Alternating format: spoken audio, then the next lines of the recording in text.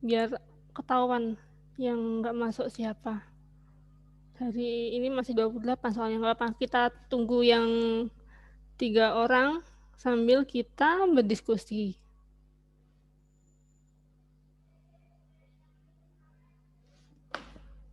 Mana catatan saya? Oh ini.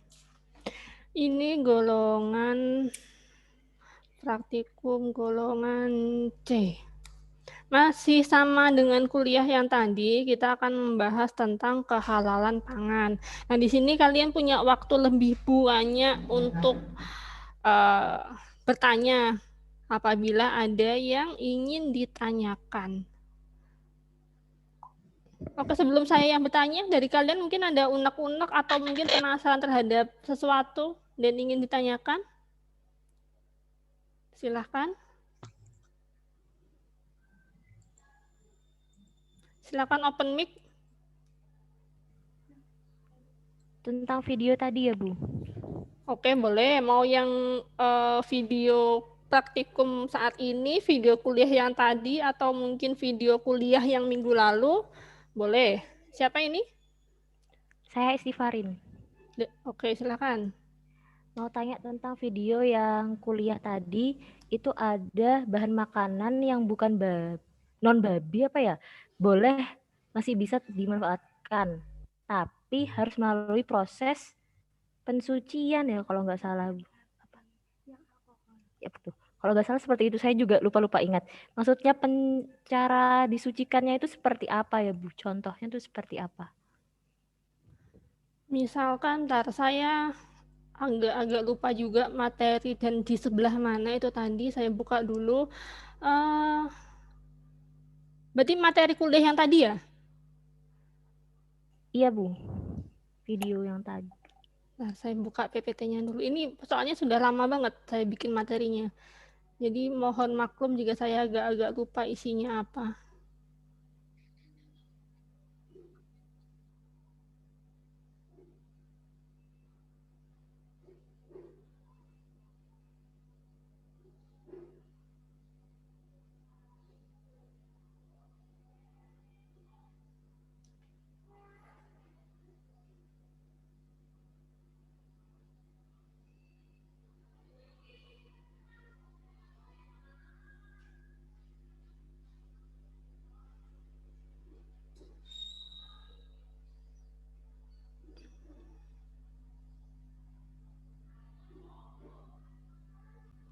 Kelihatan ya ini. Ini ya di kuliah yang tadi, ini PPT-nya di poin nomor 4. Ini untuk yang syarat bahan mikrobial itu disebutkan bahan mikrobial yang diperoleh dengan pemisahan dari media pertumbuhannya. Bila media pertumbuhan menggunakan bahan yang haram dan najis selain babi dan turunannya, maka dalam tahapan selanjutnya bahan tersebut harus melalui proses pencucian yang memenuhi kaidah syar'i. Jadi kalau segala sesuatu ya, segala sesuatu yang bersinggungan dengan babi dan turunannya, meskipun pada awalnya dia itu statusnya halal, tapi kalau dia bersinggungan dengan babi dan turunannya, maka dia langsung bersifat haram, itu mutlak dan tidak bisa disucikan. Gitu kalau bersinggungan dengan babi dan turunannya. Nah, kan ada nih bahan haram yang dia itu bukan babi dan turunannya, tapi dia itu haram. Itu kan ada misalkan seperti alkohol. Alkohol dari Hammer itu kan dia statusnya adalah haram. Alkohol dari Hammer itu statusnya halal. Nah, misalkan di produk itu alkoholnya itu berasal dari Hammer, maka dia harus direaksikan lebih lanjut. Direaksikan secara kimia sehingga menghasilkan senyawa baru. Itu baru boleh digunakan. Tapi kalau hasil industri Hammer itu tidak dipisahkan secara kimia, itu tidak boleh digunakan. Jadi gitu ya. Jadi yang perlu ditekankan dari sini, segala sesuatu yang bersinggungan dengan babi dan turunannya, meskipun pada awalnya dia itu bersifat halal, tapi kalau sudah bersinggungan dengan babi dan turunannya, dia sifatnya menjadi haram. Nah, apabila dia bersinggungan dengan bahan haram selain babi dan turunannya, maka dia harus disucikan. Contohnya, Misalkan dia bersinggungan dengan alkohol. Alkoholnya itu dari industri khamer. Ini dari industri khamer. Nah, industri khamer itu kan dia haram, termasuk alkoholnya. Nah, supaya alkoholnya itu dia berubah menjadi halal, maka dia harus direaksikan lebih lanjut. Jadi dia dirubah secara kimia, dia itu sudah berubah menjadi senyawa baru. Itu terus apa lagi ya? Misalkan ini ada bersinggungan dengan darah. Darah itu kan juga haram. Jadi misalkan mikroba tadi, kemudian di medianya itu kan ada beberapa jenis media yang dia itu menggunakan darah. Nah, apabila nanti mikroba atau mungkin metabolit mikroba misalkan seperti enzim atau mungkin asam amino dan lain sebagainya, itu dia harus dipisahkan dari medianya. Jadi medianya itu harus dicuci sehingga tidak ada darahnya itu udah nggak ada.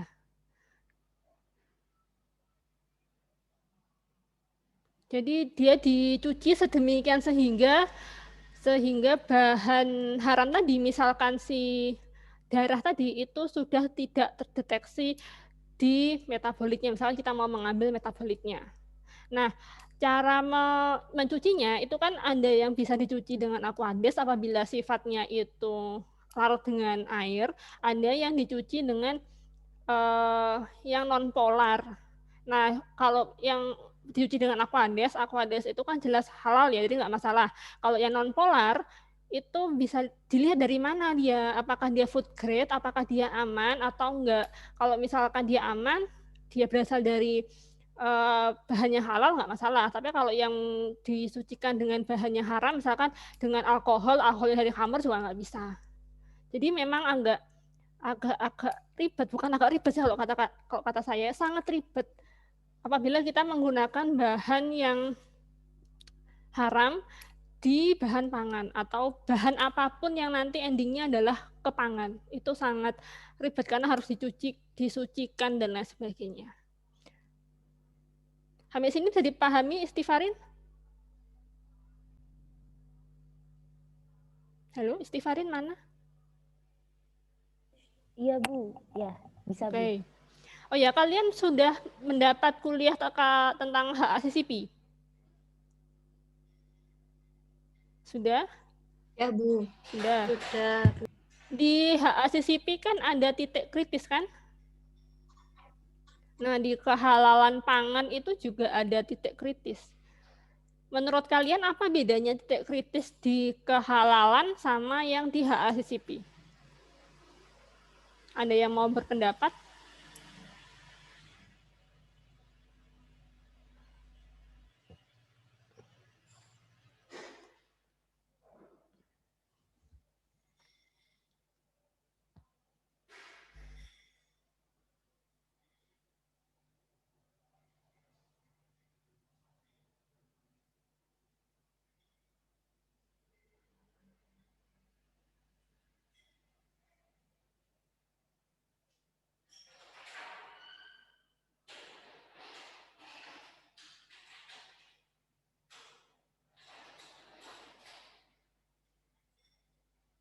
Ayo, siapa yang mau berpendapat apa bedanya kehalalan titik kritis di kehalalan sama titik kritis di HACCP?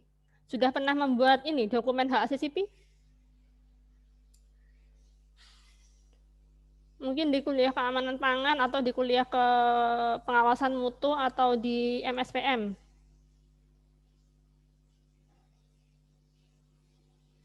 Lalu ada yang mau berpendapat?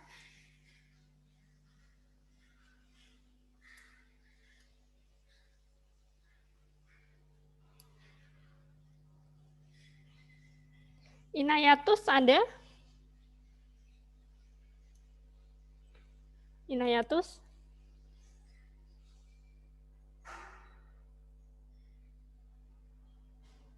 Inayatus bisa dengar suara saya?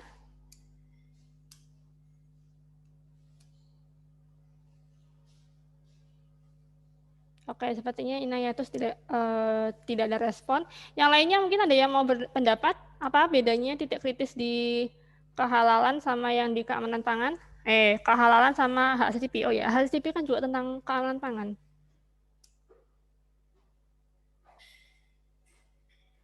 Mau coba, Bu. Ya, silahkan. Istighfarin lagi. Bedanya itu dalam titik kritis kehalalan tidak ada penetapan nilai ambang batas cemaran pada bahan karena halal dan haram bersifat mutlak. Mungkin seperti itu. Kalau yang di hak CCP, Di HACCP itu ada ambang batas, nilai ambang batas cemarannya.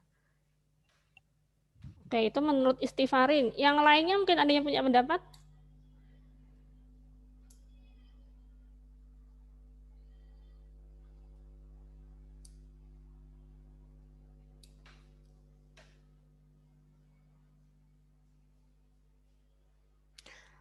Atau mungkin masih ada yang bingung, apa sih sebenarnya titik kritis itu?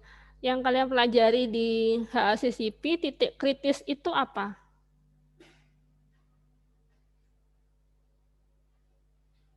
Ada yang mau berpendapat?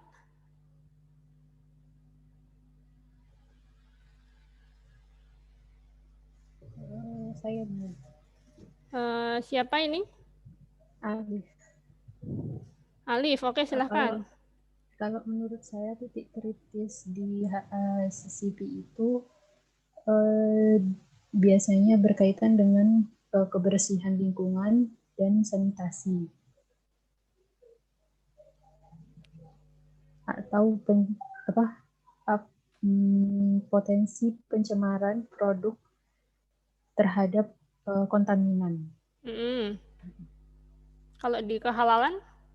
Kalau di kehalalan itu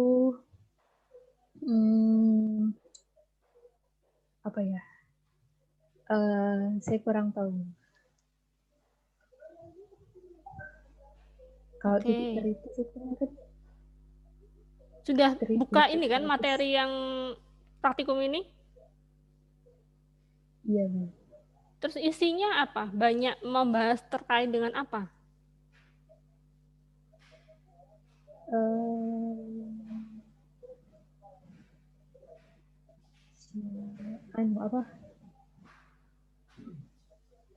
Karakteristik produk dan bahan-bahan yang digunakan gitu.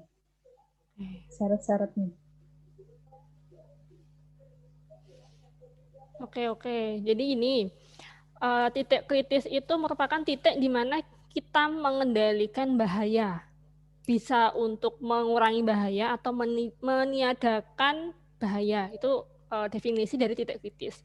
Kalau di HACCP, titik kritis itu bisa berupa bahan baku dan bisa berupa proses. Contohnya begini, titik kritis yang di bahan baku itu adalah bahan dari hewani, misalkan seperti seafood, daging, terus ya susu, telur, itu titik kritis karena dia mudah sekali terkontaminasi oleh bakteri atau mungkin jenis mikroba yang lain.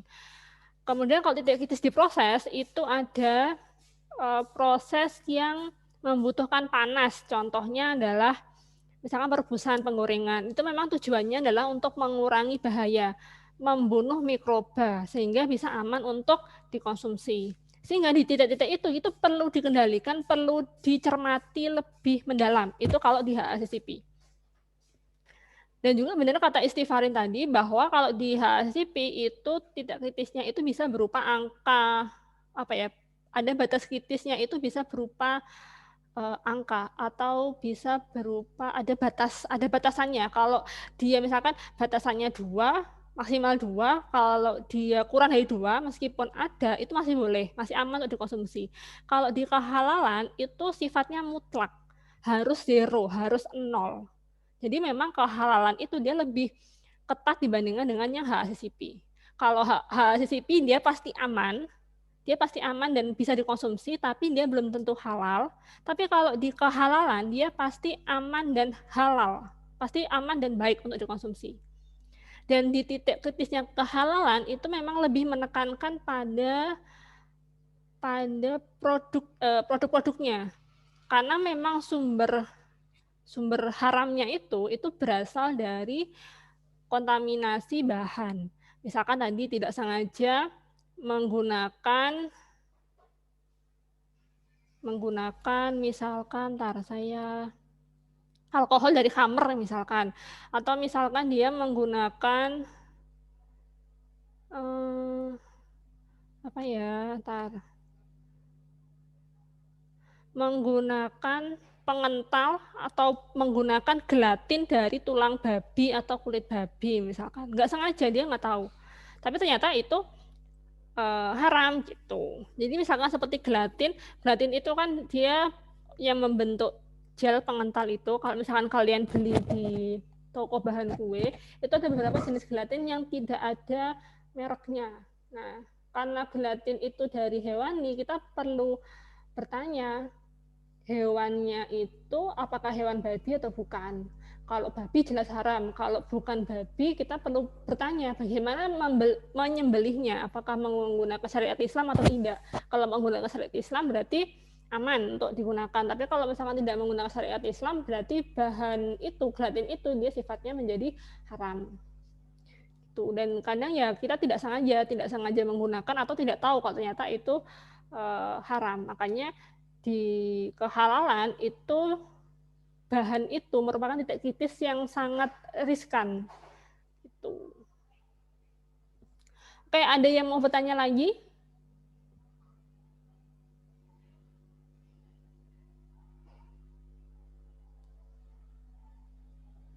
Kita diskusi aja. Kalian mau curhat terkait dengan kehalalan, mau tanya apapun, monggo silahkan. Kita punya waktu sampai 4:30. Kalau bisa saya jawab ya saya jawab sekarang. Kalau nggak bisa saya jawab, saya tanya dulu ke ahlinya.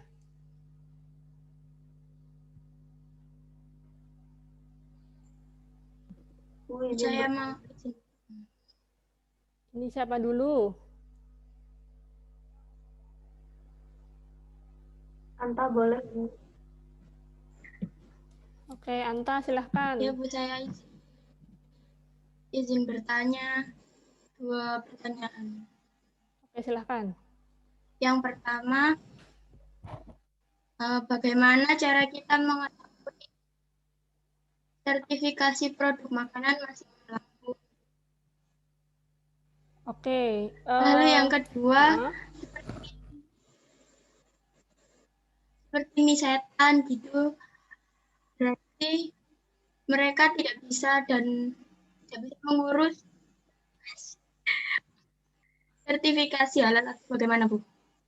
Oke, pertanyaan Anta yang pertama adalah bagaimana supaya kita tahu sertifikat halal itu kita bisa tahu dari mana. Misalkan ada produsen yang melakukan sertifikasi halal, lalu kita tahu bahwa produknya itu sudah tersertifikasi itu dari mana.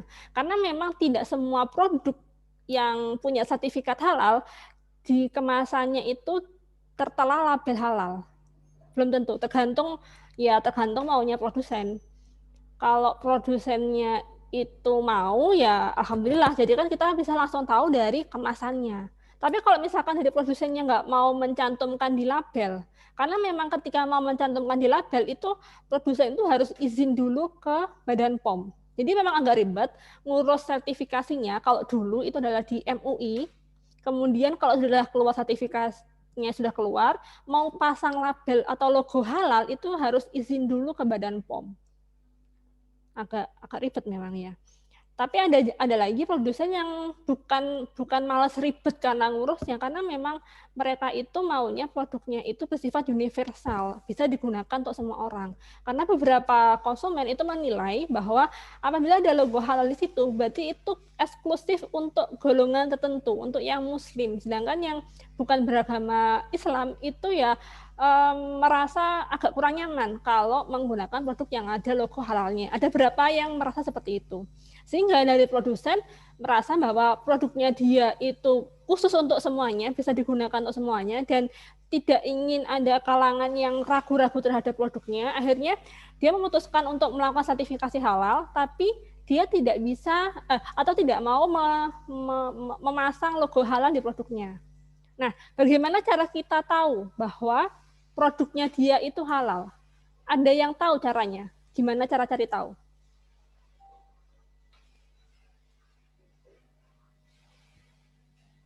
Saya kalau mau share screen monggo.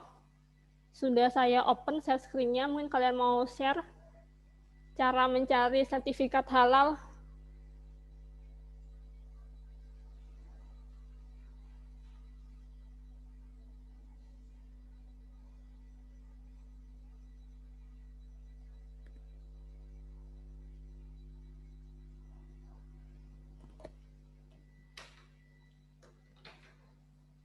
Ada yang mau?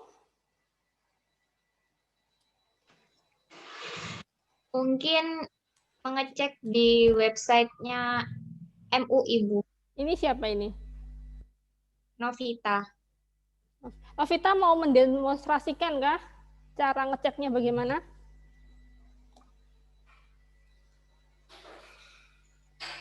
Saya coba ya. Oke.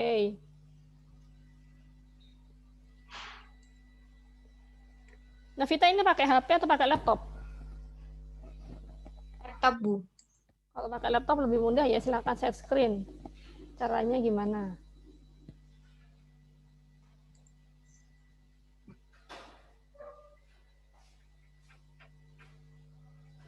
Jadi langsung saja diklik yang cek produk halal.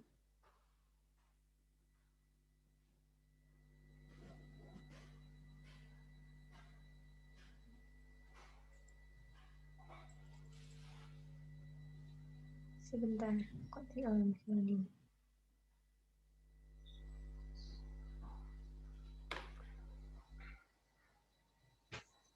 Ini lama.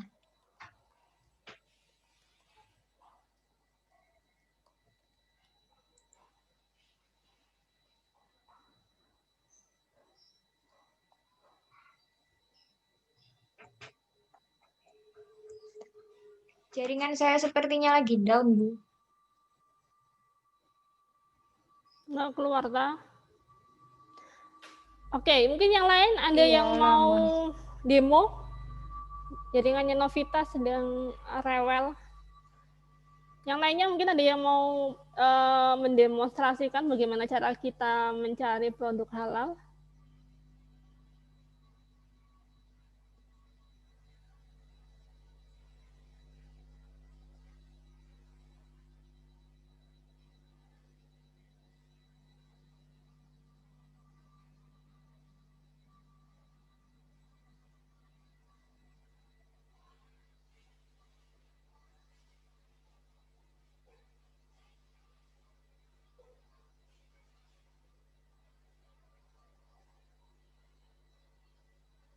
Ada yang mau?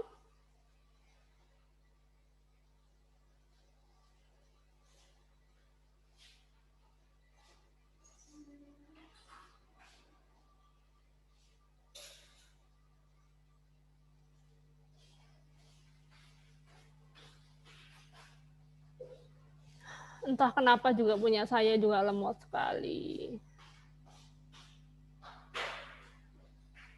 Sebentar, saya tak ganti jaringan dulu. Sepertinya memang gangguan mungkin. Saya juga mencoba muter terus. Kamu pakai provider apa? Ini WiFi, Bu. Connection time out. Bentar ya, saya coba ganti jaringan.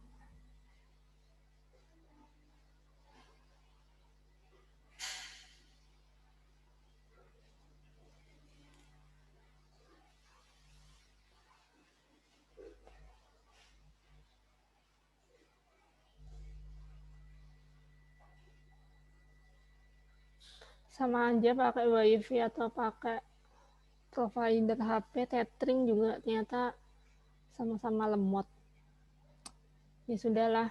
Jadi kalau benar ya yang disebutkan Novita, kita bisa ngecek sertifikasi halal itu dari webnya MUI, halalmui.org.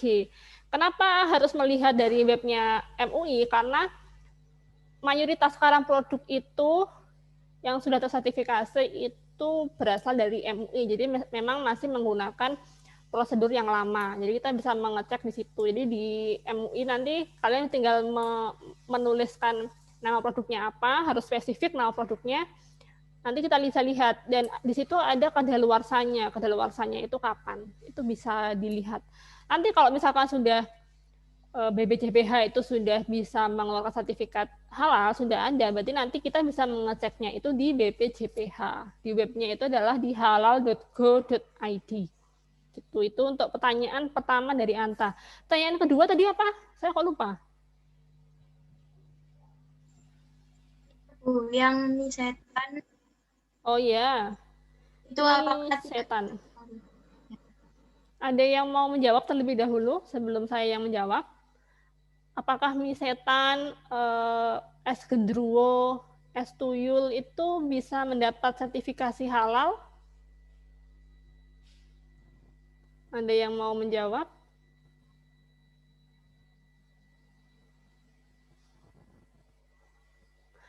Kalau nanti ada yang mau bertanya, silahkan raise hand ya, angkat tangan di kolom partisipan.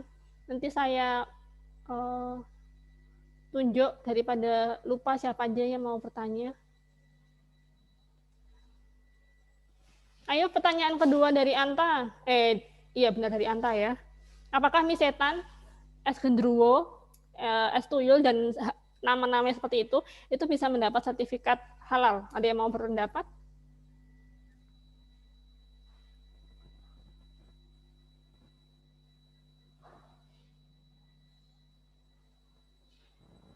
Panitia PPU ini siapa?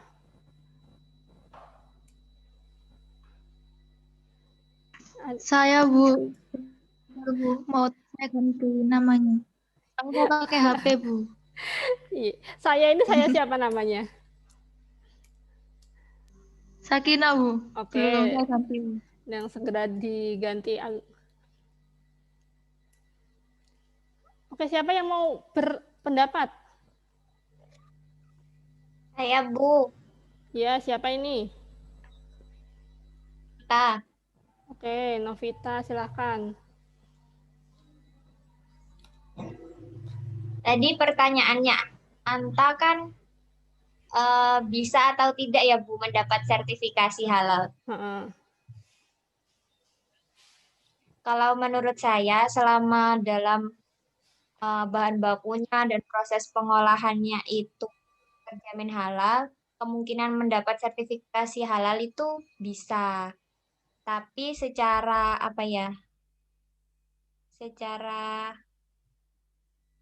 kan ada ya Bu, kayak kalau misalkan itu kan pedes banget. Terus sedangkan dalam definisi makanan yang baik di dalam Islam itu kan nggak hanya halal, tapi juga thayyib, seperti itu. Jadi mungkin untuk kemungkinan mendapat sertifikasi halal itu ada, tapi juga nama-nama tersebut itu juga mempengaruhi gitu Bu. Kalau dari informasi yang saya pernah baca itu seperti itu, kayak nama-nama setan, terus tuyul gitu. Gitu-gitu mempengaruhi produknya juga seperti itu. Oke. Itu pendapatnya Novita. Yang lain mungkin ada yang mau bertanya, berpendapat?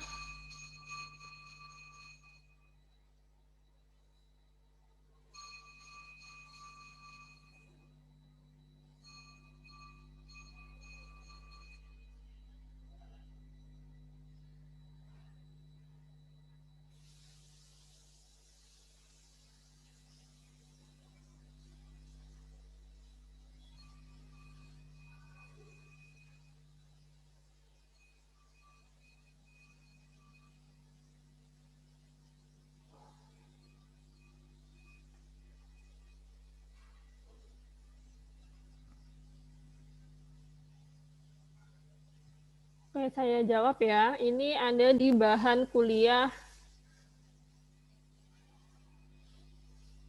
syarat sertifikat halal. Di sini ada kriteria produk yang mendapat atau yang tidak mendapat sertifikat halal. Jadi kriteria produknya yang mendapat sertifikat halal itu adalah tidak mengandung nama yang mengarah pada sesuatu yang diharamkan atau yang tidak sesuai dengan syariat Islam, dan tidak memiliki kecenderungan bau rasa yang mengarah pada produk haram. Kemudian lebih rinci lagi, kalau untuk yang mie setan itu adalah yang tidak mendapat sertifikasi nama yang mengandung unsur nama setan. Ya mie setan tadi, genderuwo, tuyul, dan kawan-kawannya itu meskipun bahan dan prosesnya itu halal, tapi apabila namanya itu mengarah pada nama setan, itu tidak akan mendapat sertifikat halal dari MUI. Gitu. Itu juga berlaku pada makanan yang ini, erotis, vulgar, atau porno. Jadi pernah ada produk apa ya, mie kalau nggak salah, itu kemasannya wanita bugil kalau nggak salah, ada gambar wanita bugilnya. Mie-nya sebenarnya halal, cuman karena ada unsur vulgar dan pornonya, vulgar sih lebih tepatnya, jadi itu juga tidak akan mendapat sertifikat halal. Begitu juga untuk mengandung nama minuman keras, contohnya seperti soju halal.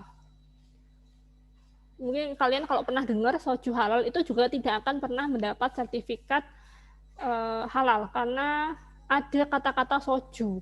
Meskipun bahannya itu halal, tapi kalau namanya itu ada unsur nama minuman kerasnya, itu juga tidak akan mendapat sertifikat. Karena itu akan membuat konsumen itu menjadi bingung, apakah memang soju itu beneran halal atau tidak sebenarnya. Karena daripada membuat bingung, ya mending ganti aja namanya itu menjadi nama yang lain gitu. Nggak usah pakai nama soju halal atau bir halal, nggak usah. Gitu. Tapi ini kembali lagi pada konsumen maunya bagaimana. Karena gini, MUI itu kan perkumpulan dari ulama ya. Jadi ulama-ulama di MUI itu memang sudah sepakat bahwa yang demikian itu tidak akan mendapat sertifikat halal. Tapi mungkin ulama di luar MUI ada yang memperbolehkan. Nah, kalau bagi konsumen ya tinggal ngikut ke siapa, apakah mengikuti ulama yang di MUI atau mengikuti ulama yang lain. Kalau misalkan mengikuti ulama yang lain, ya dipastikan dulu alasannya seperti apa, kemudian proses secara dunia seperti apa, secara keilmuannya seperti apa, kemudian hadis sama atau ilmu secara agamanya bagaimana gitu kan, apakah memang ada hadis yang sahih yang bisa mendukung atau tidak gitu. Kalau misalkan ternyata ada dan logis dan kalian mau mengikuti itu ya monggo, tapi kalau hadisnya tidak sahih dan lain sebagainya ya mending, kalau saran saya sih mending mengikuti yang dari MUI gitu. Begitu ya Anta?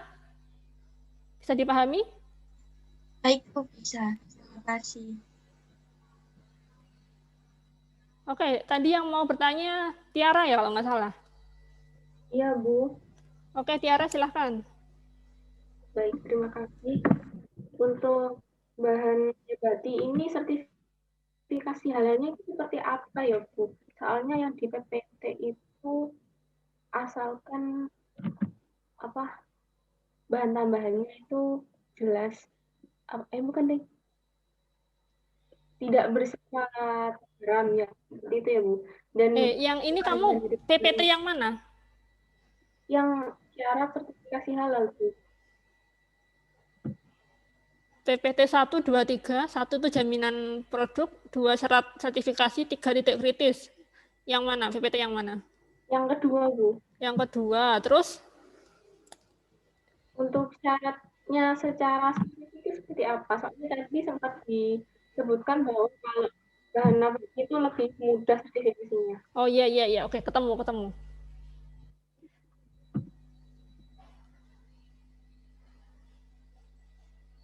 Ini loh, mungkin teman-teman masih agak bingung maksudnya Novita yang mana. Yang ini kan? Benar Tiara, yang ini yang dimaksud tadi, syarat bahan nabati. Iya Bu, betul. Nah, produk nabati harus bebas dari bahan tambahan yang bersifat haram atau tidak jelas status kehalalannya. Ini kalau memang gini, kalau nabati dia jauh lebih aman dibandingkan dengan yang hewani. Tapi kan kalau nabati itu ada hammer. Hammer itu kan fermentasi dari dari buah atau dari biji-bijian. Nah, alkoholnya, hasil fermentasinya itu yang bersifat haram. Jadi meskipun dia nabati, tapi kalau dia bersinggungan dengan hammer, maka sifatnya juga akan menjadi haram. Makanya di sini harus bebas dari bahan tambahan yang bersifat haram. Gitu. Gitu ya, Tiara? Ya, Bu. Saya ingin bertanya lagi. Oke, apa? Berarti kalau misalkan ingin mensertifikasi bahan nabati itu prosesnya lebih cepat ya, Bu? Iya, kalau semuanya full nabati, dia lebih cepat. Kalau yang hewani itu karena ada produk ini loh, turunan babi yang banyak sekali. Di slide mana ya? Yang turunan babi.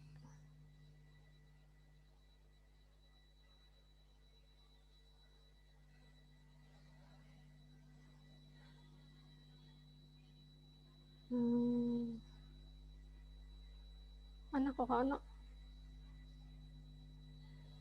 Di PPT 1, Bu. Oh, PPT 1 ya?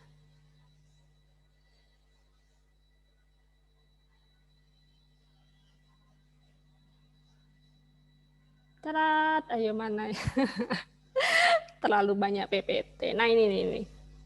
Jadi turunan babi itu banyak sekali. Dari yogurt, bisa jadi yogurt, atau dari gelatinnya, kemudian misalkan ada enzimnya itu ada rennet untuk keju, kemudian bisa darah sebagai bahan fermentasi media. Misalkan seperti MSG itu kan fermentasi ya, apakah dia menggunakan darah dari babi atau tidak. Kemudian tulangnya bisa jadi aktif karbon, itu jadi untuk penjernih minyak misalkan. Itu kan menggunakan arang aktifnya itu dari tulangnya tulang siapa, apakah dari babi atau enggak.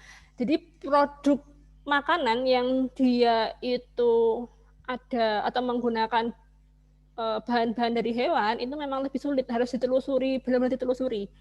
Tapi kalau misalkan di semua bahan kita itu memang sudah mengandung semua bahan yang kita gunakan itu sudah ada logo halalnya, itu akan lebih tenang gitu loh, nggak perlu ribet-ribet banget. Makanya untuk semua produk itu wajib untuk bersertifikat halal, karena untuk memudahkan apabila misalkan pengen bikin bakso, misalkan bakso ayam. Kalau misalkan ayamnya dari tempat penyembelihan itu tempat penyembelihannya itu sudah ada logo halalnya, kan kita jadi gampang gitu, lebih mudah. Administrasinya juga gampang. Tapi kalau misalkan dari tempat penyembelihannya itu nggak ada logo halalnya, kan jadi pertanyaan gitu. Begitu. Gitu ya, Tiara? Ya, Bu. Baik, terima kasih. Yang lainnya ada yang mau didiskusikan lagi? Ada pertanyaan lagi? Saya, Bu, ingin bertanya. Siapa ini? Vindia. Oke, Vindia, silahkan. Jadi gini, Bu. Setiap negara kan mempunyai sertifikasi kehalalan tersendiri. Dan di Indonesia ini kan produk itu disertifikasi dengan MUI. Apakah jika produk yang telah disertifikasi oleh MUI ini jika dibawa ke negara lain itu diakui juga, begitu kehalalannya? Sebentar, saya buka ropean dulu.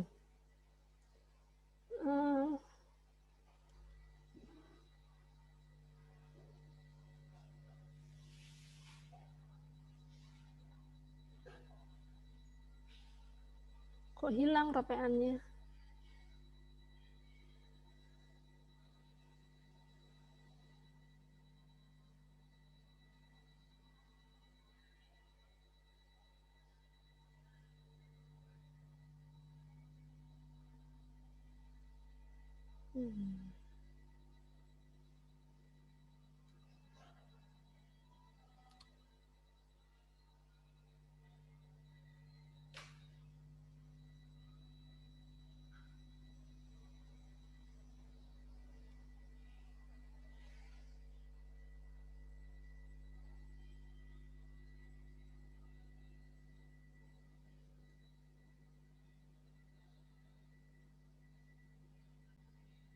Sudah terlihat?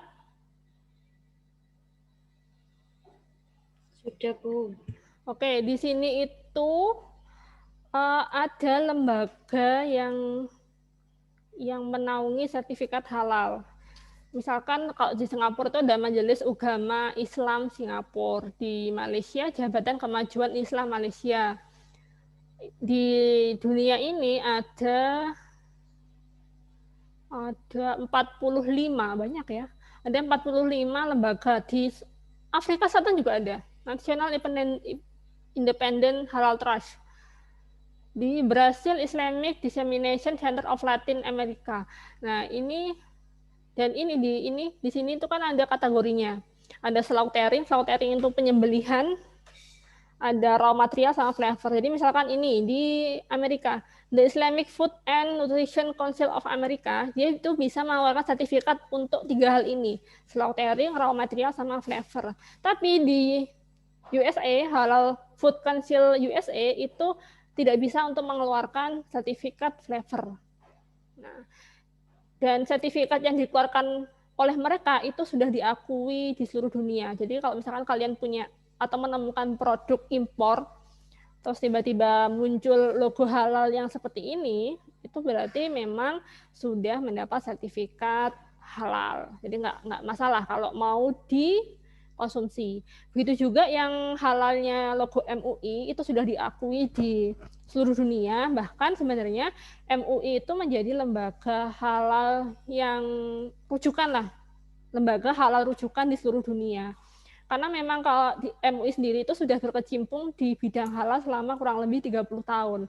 Mereka sudah punya prosedur yang baku, namanya adalah serol. Jadi prosedur untuk administrasi, kemudian untuk audit itu sudah matang banget gitu loh. Udah matang banget. Dan tiba-tiba sekarang itu untuk prosedurnya itu diambil alih oleh Kemenak. Di bawahnya itu ada Badan Penyelenggara Jaminan Produk Halal, BPJPH. Gitu. Jadi nggak masalah kalau produknya ada logo dari sini, itu bisa dikonsumsi. Oke, begitu ya Vindia? Terima kasih Bu Nita. Oke. Yang lainnya ada yang mau tanyakan lagi?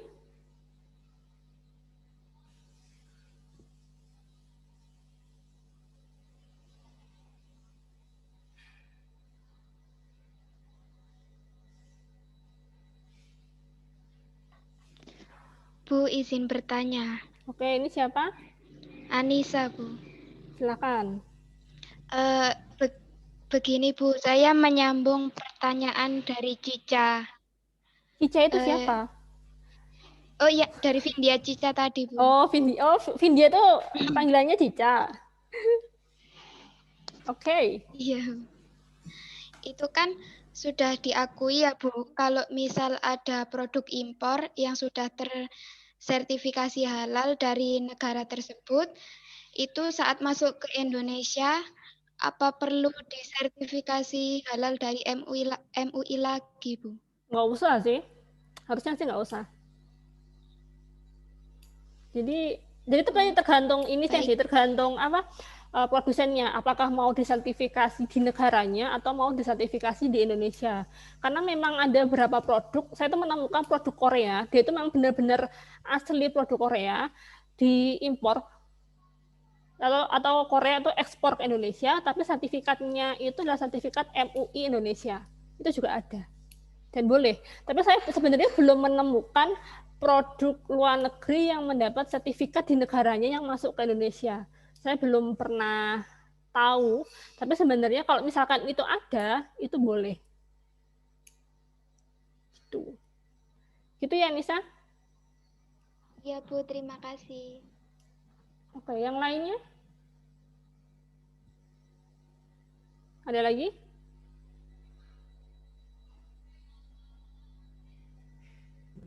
Bu, saya izin bertanya. Apa ini, Novita? Oh, Zarina dulu, wes. Zarina dulu. Oke, Zarina dulu. Jadi begini, Bu. Tadi waktu saya lihat di PPT praktikumnya Bu Nita yang di YouTube, itu sempat ada ini, Bu, talo, lemak sapi atau kambing, akan tetapi dalam perdagangan talo berarti lemak hewani, termasuk lemak babi. Nah, yang saya tahu, Bu, selama ini kan di sekitar kita banyak orang-orang yang masih menjual kayak bakso itu kan masih ada lemaknya itu Bu biasanya di kuahnya. Atau juga biasanya di sate ayam itu Bu. Nah kalau seperti itu gimana ya Bu? Terima kasih Bu. Ya tinggal lihat sertifikatnya aja. Mereka punya sertifikat halal nggak? Atau bisa menjamin nggak kalau jadi gini, memang yang tidak punya sertifikat halal itu belum tentu haram. Tapi kan akan lebih tenang kita sebagai konsumen apabila kita tahu bahwa apapun yang kita konsumsi itu mendapat sertifikat halal. Paham ya maksud saya? Jadi ya lebih baik ditanyakan pada penjualnya apakah memang benar-benar berasal dari produk yang halal dan melalui proses yang halal atau tidak. Karena kalau tidak ada sertifikatnya ya memang diragukan apakah benar-benar halal atau tidak. Tuh. Lalu ini Bu Nita, yang kalau misal ada gorengan yang digoreng itu pakai minyak, tapi pakai minyak gaji itu gimana Bu? Apakah sama juga atau gimana Bu? Ya sama, gajinya itu dari mana? Gajinya itu kalau misalkan dari hewan yang non babi dan disembelih dengan syariat Islam berarti memang dia statusnya halal. Tapi kalau dari hewan non babi tapi dia tidak disembelih secara Islami berarti ya statusnya adalah haram gitu. Terima kasih Bu Nita. Oke. Siapa lagi? Novita? Saya, Bu. Oke, silakan. Izin bertanya, Bu, mengenai penggunaan apa itu Bu? Vermipan. Apa sih Bu? Yang biasanya ragi. Ya, itu kan ada beberapa orang yang memang tidak, kadang kalau mengonsumsi kok kue atau bolu yang mengandung ragi itu mereka menghindari gitu Bu. Nah sampai sekarang itu saya masih bingung. Memang hal yang diperdebatkan dalam raginya itu di bagian mananya? Kembali ke titik kritis materi, berarti materi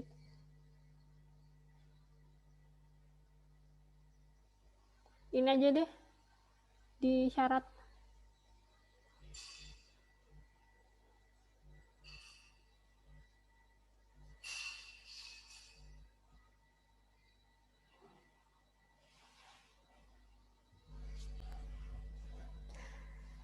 Nah, ragi itu termasuk makhluk tak kasat mata atau yang biasa kita kenal sebagai mikroba. Kan? Ragi itu adalah mikroba. Jadi ketika bahan-bahan mikroba yang menjadi titik kritis itu salah satunya adalah di media pertumbuhannya. Media pertumbuhannya itu berasal dari mana? Apakah ada jadi media pertumbuhan mikroba, kalau kalian kembali ke praktikum mikrobiologi pangan, itu kan memang ada bahan yang misalkan kayak media padat. Bagaimana dia bisa menjadi padat? Itu karena ada pengentalnya. Nah, pengentalnya itu dari mana? Misalkan dia menggunakan gelatin. Gelatinnya itu dari mana? Apakah dari babi atau tidak? Kalau misalkan tidak dari babi, itu hewannya dia disembelih secara Islami atau tidak? Seperti itu. Jadi ya memang harus berhati-hati ketika kita menggunakan jenis ragi-ragian itu apakah raginya itu sudah tersertifikat halal atau belum, karena ya itu tadi jangan-jangan khawatirnya itu dia bersinggungan dengan babi dan turunannya gitu. Atau misalkan kalau bukan babi dan turunannya itu bersinggungan dengan bahan hewan non babi tapi dia tidak disembelih secara Islami dan tidak disucikan gitu loh.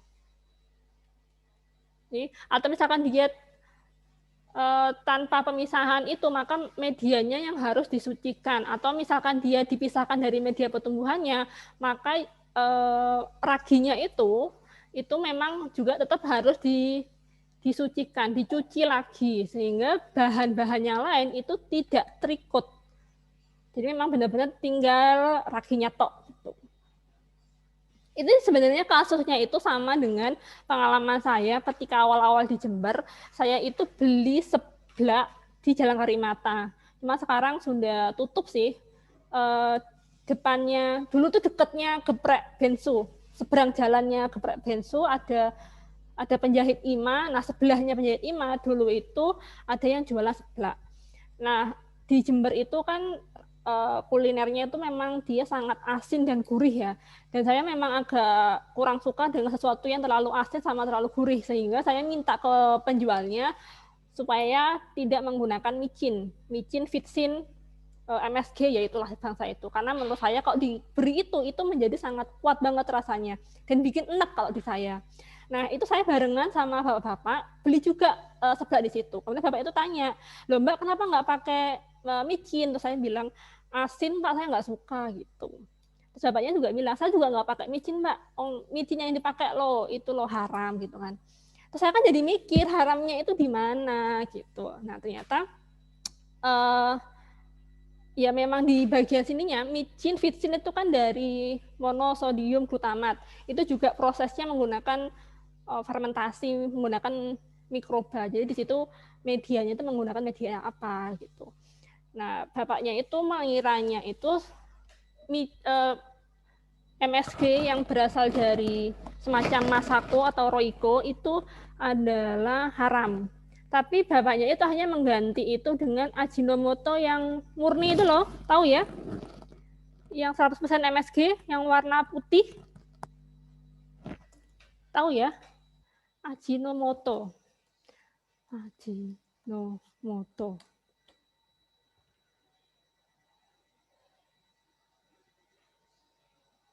Nah, yang ini loh. Bapaknya tuh kalau yang ini itu halal, kalau yang sejenis Roiko, Masako, dan lain sebagainya itu haram. Kan saya jadi bingung ya. Waktu itu pas di warung ya saya diem aja karena saya juga kebingungan, cuma saya bilang gih gitu. Tapi setelah itu saya nyari, oh alah maksudnya bapaknya seperti itu. Tapi kan sebenarnya di Roiko maupun Masako itu kan juga mengandung MSG. Cuman bedanya kalau di Roiko sama Masako itu memang ada campuran bahan-bahan yang lain seperti rempah-rempah. Kalau yang di Ajinomoto ini dia murni. Nah, selama ada logo halalnya, itu sebenarnya keduanya ini ya suatu hal yang halal kalau selama ada logo halalnya. Dan sebenarnya kedua hal ini itu adalah hal yang sama karena sama-sama mengandung MSG. Gitu. Kalau misalkan tidak mau menggunakan MSG, itu bisa menggunakan dari jamur. Tapi ya dilihat lagi di komposisinya. Misalkan seperti totole itu, kalau kalian tahu totole. Nah, yang ini kan kaldu rasa jamur. Dia memang ada jamurnya, tapi kalau kalian lebih rinci di bagian komposisi, itu dia masih menggunakan MSG. Jadi kalau dibilang saya nggak mau pakai MSG, saya mau menggunakan kaldu jamur, menggunakan totole, itu ya percuma aja karena di komposisinya itu tetap ada MSG-nya. Kalau memang benar-benar nggak mau pakai MSG, itu bisa menggunakan kaldu jamur, memang yang benar-benar 100% dari jamur, atau bisa juga dari tomat itu juga bisa. Tuh, ini ada komposisinya lah. Kelihatan nggak? Kelihatan ya, ini ada tepung penguat rasa. Mengandung kacang kedelai. Karena masih ada penguat rasanya.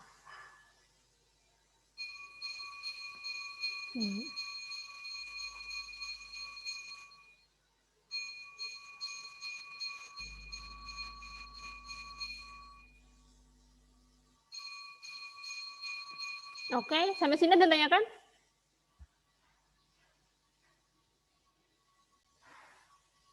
Gimana Sahrina? Mana Sahrina?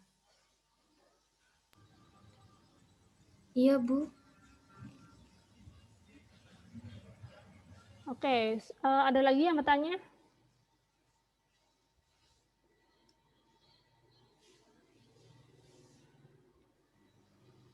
Bu izin bertanya.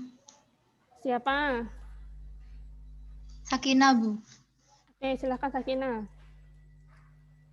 Tadi mengenai yang aplikasi yang maksudnya web yang digunakan untuk mengecek itu Bu produk halal tadi itu kan diisi oleh MUI ya Bu ya, yang menginputkan MUI langsung.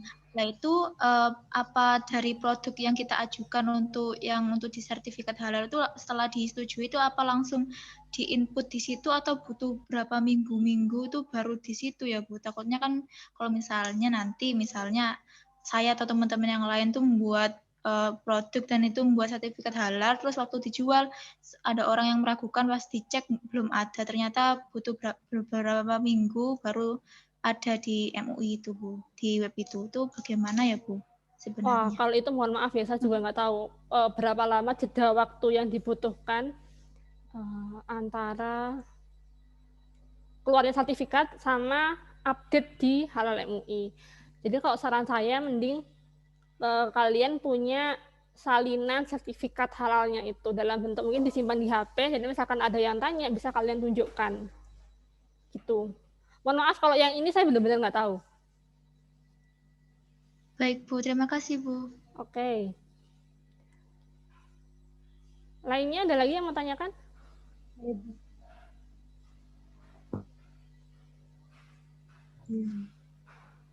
Oke, silakan Alif ya. Alif apa Navita? Alif dulu. Oke, Alif. Saya mau nanya dari PPT 2 Bu, kan di syarat bahan alkohol atau etanol itu kan jika produk itu menggunakan Homer atau turunannya dapat digunakan setelah direaksikan lebih lanjut.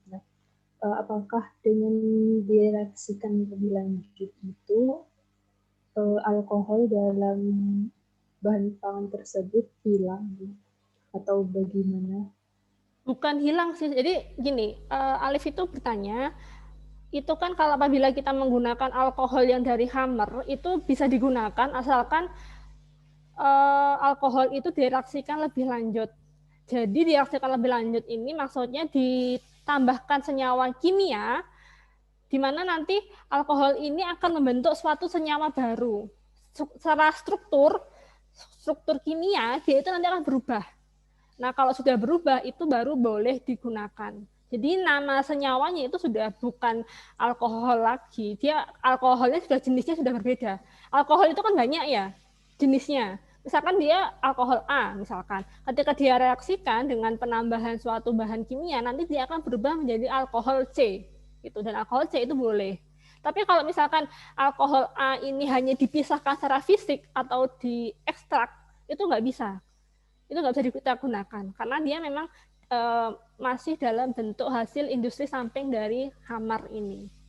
Jadi kalau dipisahkan secara fisik itu tidak boleh digunakan, tapi kalau sudah direaksikan lebih lanjut, ditambahkan bahan kimia lain sehingga menghasilkan senyawa baru yang berbeda, itu maka boleh digunakan.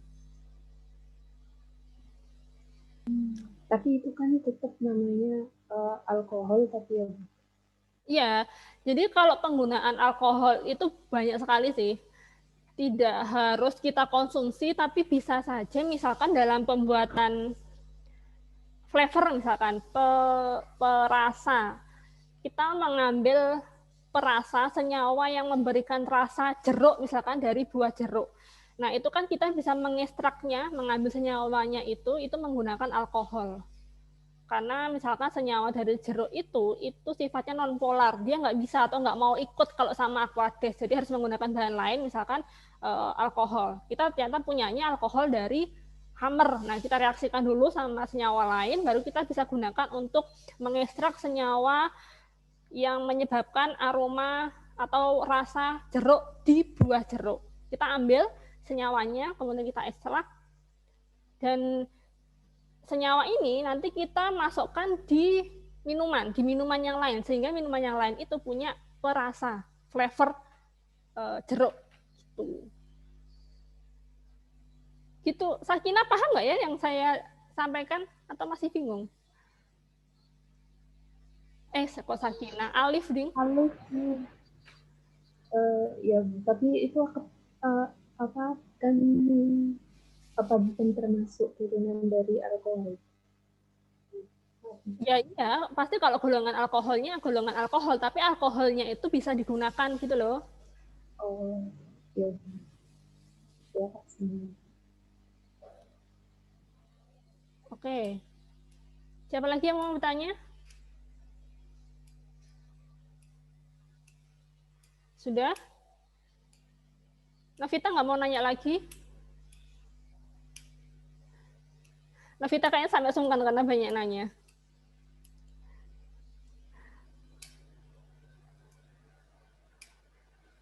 Sudah nih, nggak ada? Dil, nggak ada pertanyaan? Bu, terakhir, Bu. Oke, silahkan. Bu, titik kritis dari tape, Bu. Apa saja? Tape kan halal.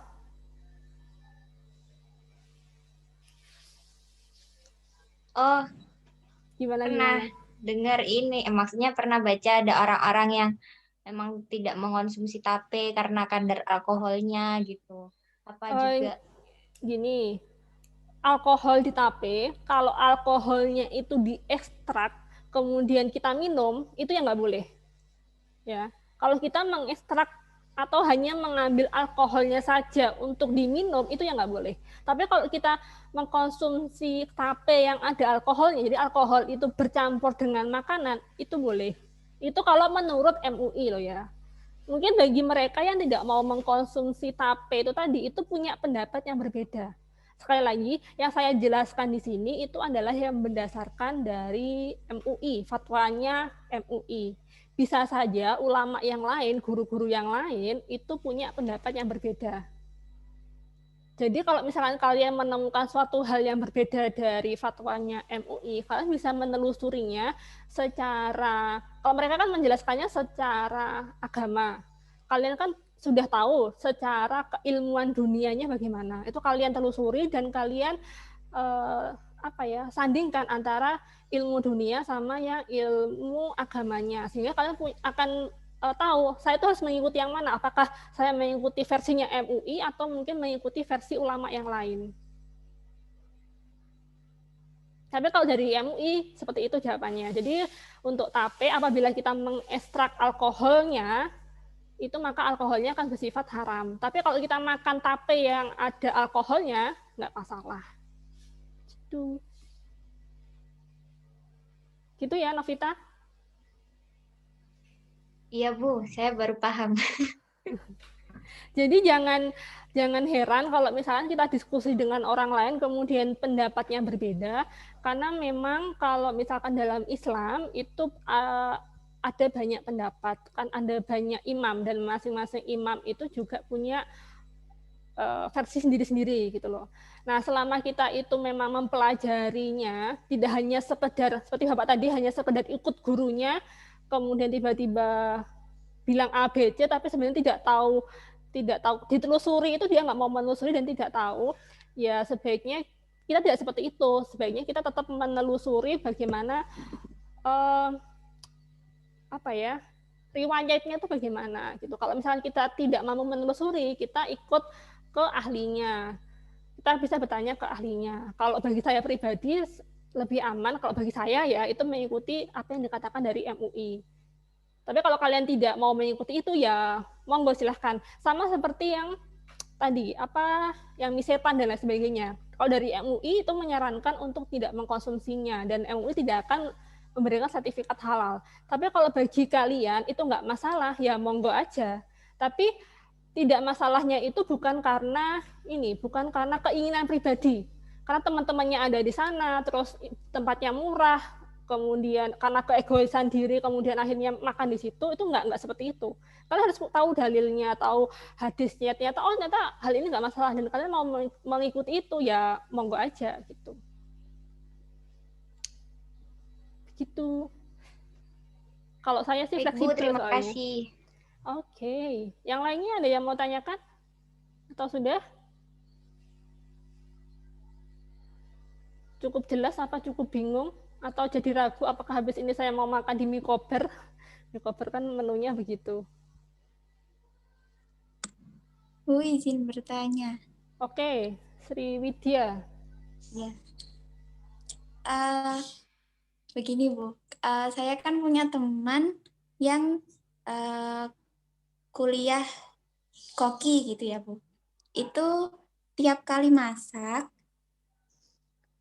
misalnya steak gitu atau makan atau apa gitu Bu, sering kali ditambahkan dengan wine gitu Bu.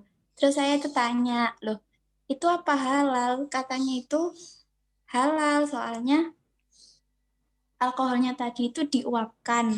Nah itu dari proses penguapannya itu apa? Memang benar-benar hilang 100% atau seperti apa Bu? Dan tujuan dari alkoholnya tadi itu untuk apa ya Bu? Alkohol itu memang hasil sampai fermentasi dari wine. Nah, kalau menurut kalian nih, penguapan itu sifatnya fisik apa kimia? Pengolahan fisik apa pengolahan kimia?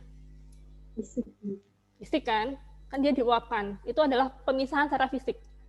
Nah, kembali lagi ke pernyataan MUI fatwa yang tadi, apabila dia dipisahkan secara fisik, itu berarti tidak bisa digunakan. Tapi kalau secara kimia itu baru boleh digunakan.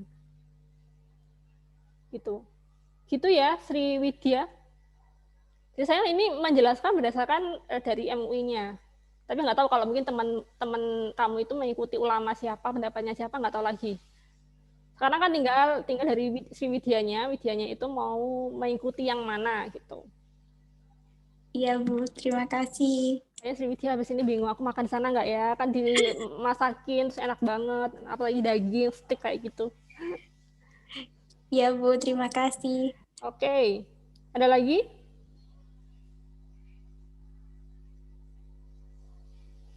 Cukup? Oke, silakan Alif.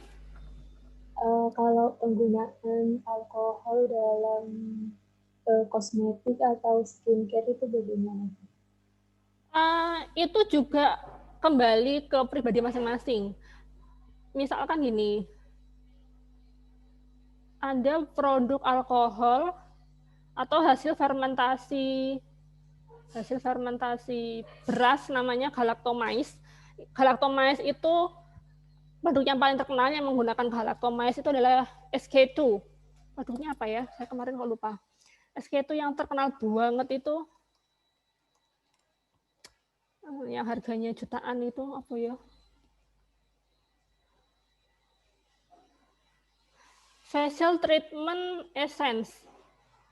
Pitera SK2, kemudian pokoknya produk-produk yang mengandung galactomyces itu adalah hasil fermentasi beras. Itu kalau dari MUI tidak akan mendapat sertifikasi halal karena memang dia berasal dari Hammer. Begitu juga dengan alkoholnya. Kalau skincare itu kayaknya nggak mungkin kalau tidak menggunakan alkohol. Karena memang beberapa produk dia itu bisa larut apabila dia dilarutkan dengan alkohol. Tapi biasanya persentase alkoholnya itu tinggal sedikit atau banyak gitu kan. Nah, kalau dari MUI dia tidak akan memberikan sertifikat halal bagi produk skincare yang mengandung alkohol yang berasal dari Hammer atau mungkin produk-produk yang mengandung hasil fermentasi dari buah atau mungkin dari beras tadi seperti galactomyces itu nggak akan dapat sertifikat halal. Tapi kembali lagi kepada pengguna, apakah mau mengikuti fatwa dari MUI atau mau menggunakan fatwa ulama yang lain. Karena dari ulama yang lain itu memperbolehkan menggunakan sejenis alkohol dari Hammer atau dari galactomyces tadi. Karena menurut ulama yang lain itu, karena produk skincare itu kan hanya digunakan di luar. Dan ketika misalnya kita wudhu, itu kan akan larut sama air, akan hilang. Jadi bagi menurut mereka itu nggak masalah. Dan itu juga bukan jenis produk yang halal. Bukan jenis produk yang najis. Sehingga masih bisa digunakan untuk beribadah. Itu versi yang lain. Nah, tinggal penggunanya mau menggunakan itu atau tidak. Jadi kalau dari skincare itu kan tidak semua produk impor, skincare impor itu mendapat sertifikat MUI. atau ada logo halalnya. Kalau yang dari dalam negeri itu sudah banyak banget skincare yang ada logo halalnya, tapi kalau dari luar negeri sampai sekarang saya belum tahu apa aja, terutama yang dari Korea itu saya belum pernah tahu. Tapi ada beberapa all shop, online shop, atau mungkin beberapa orang yang bilang Muslim friendly gitu kan. Nah, mereka mengecek itu Muslim friendly atau tidak, itu bertanya langsung ke produsennya. Yang pertama, apakah ada kandungan hewannya? Kalau misalkan tidak ada kandungan hewannya, misalkan dia vegan atau bagaimana, apakah ada alkohol yang dari industri Hammer? Kalau misalkan dari produsennya itu menjawab tidak ada, itu boleh digunakan kalau menurut beberapa orang. Jadi penelusurannya dia itu menelusuri langsung bertanya ke produsennya. Tapi ada beberapa yang lainnya yang bertanya, kemudian jawabannya adalah ini tidak ada dari hewan, nggak ada, tapi misalkan menggunakan alkohol dari Hammer, tapi dari online shop itu merasa nggak masalah, dia tetap mau jual, ya nggak apa-apa gitu kan. Jadi kalau kita mau pakai produk skincare dari luar, lebih baik ditelusuri itu seperti apa gitu kan. Maksudnya klaimnya halalnya dia itu seperti apa? Apakah sesuai dengan prinsipnya kita atau tidak? Kalau misalkan tidak, nanti kalian harus bagaimana gitu kan? Kalau saya pribadi ya, saya memang lebih cenderung menggunakan yang alkoholnya rendah. Jadi misalkan di situ alkoholnya itu dari industri Hammer, tapi karena konsentrasinya rendah, itu mudorotnya itu juga lebih rendah. Gitu. Karena memang kalau kulit saya itu memang agak rewel kalau menggunakan produk dalam negeri yang ada logo halalnya, memang agak sedikit nggak cocok, mau nggak mau saya harus nyari produk yang lain, dan produk dari yang lain belum tentu ada logo halal, jadi mau nggak mau memang harus ditelusuri dia dari mana. Dan beberapa beauty blogger dan lain sebagainya itu biasanya udah punya standar sendiri, jadi saya tinggal lihat aja misalkan di Instagramnya, di highlight-nya saya baca, ternyata dia mengklaim produk halal seperti ini, ini cocok, ini enggak. Gitu. Jadi dari situ saya tahu apakah saya akan menggunakan itu atau tidak. Gitu. Begitu ya, Alif? Terima kasih. Oke, yang lain? Ada lagi? Atau sudah? Oke, kalau sudah kita tutup ya praktikumnya. Minggu depan praktikumnya adalah terkait dengan label halal sama klaim produk halal. Jadi nanti saya akan meminta kalian memeriksa apakah produk-produknya kalian di rumah itu sudah memenuhi klaim halal sama apakah sudah ada logo halalnya. Nanti saya kasih contoh bagaimana cara menghitung, cara mencari bagaimana, saya kasih contoh, kalian tinggal lihat produk di dapur kalian itu seperti apa. Jadi nggak perlu beli, kan di dapur kalian pasti ada berbagai macam bahan, dari kecap hingga mungkin mie instan itu kan ada semua pastinya, dan itu biasanya ada yang berlogo halal, ada enggak, ada klaimnya, ada yang enggak. Oke, begitu ya. Sampai jumpa lagi minggu depan. Semoga kita semua selalu dalam keadaan sehat. Amin.